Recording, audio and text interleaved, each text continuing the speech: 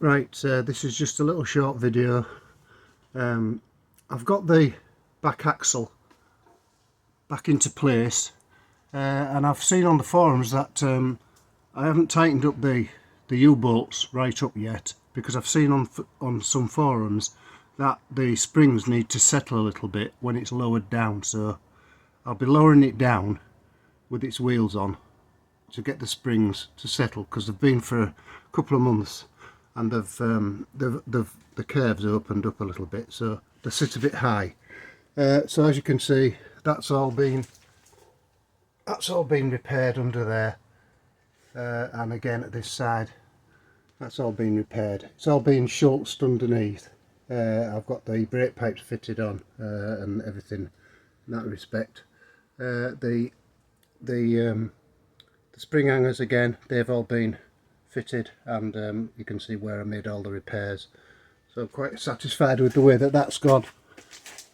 Again, all the back has all been schultzed, all along the back valance has all been schultzed as well, so quite pleased about that.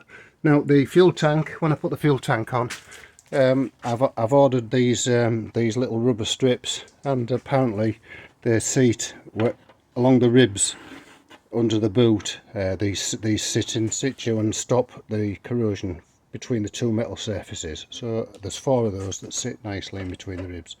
I think they was about £1 each, something like that. So that tank's going to be going on later on today.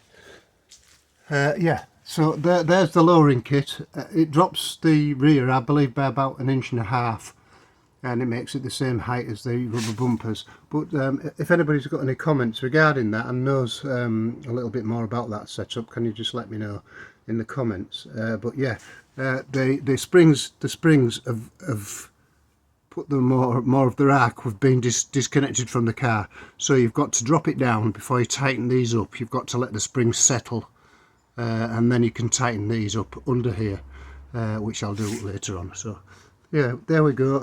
Everything's coming together now. It's all schultzed underneath the boot floor, and those are the little ribs that I mentioned about. So the rubber strips sit and protect that from metal to metal on the fuel tank. So that's, oh, and the other thing that I did, show you, I capped off the under the bumpers.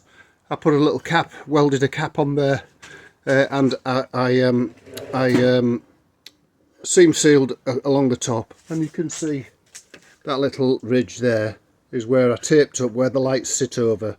That's this little part sits under the lights, so I just put some masking tape on there and seam sealed all the way around there, so that the water don't ingress into this section here, which is going to get filled later on. And again, I did the same with this side. So yeah, thanks very much for watching. Yeah, give us a couple of comments if you know something about the lowering kit that I don't know. Thanks very much.